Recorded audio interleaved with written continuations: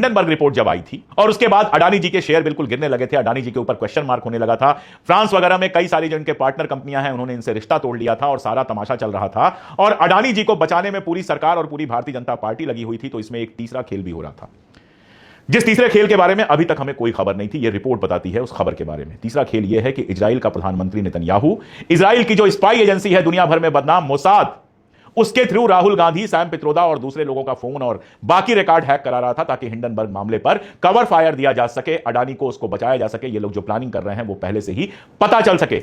अब आप देखिए, मामला देश का है, अडानी इस देश का, राहुल गांधी इस देश के विपक्ष के नेता।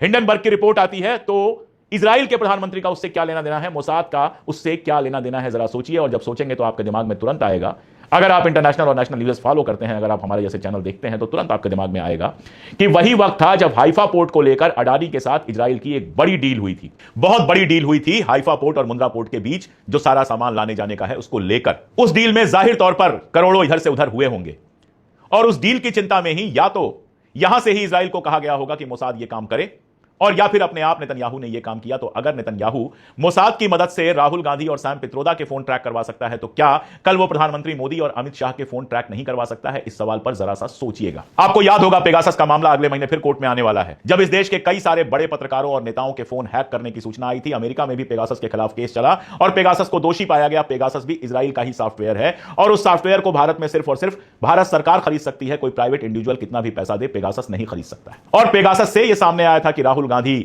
और तमाम लोगों के फोन ट्रैक किए जा रहे थे।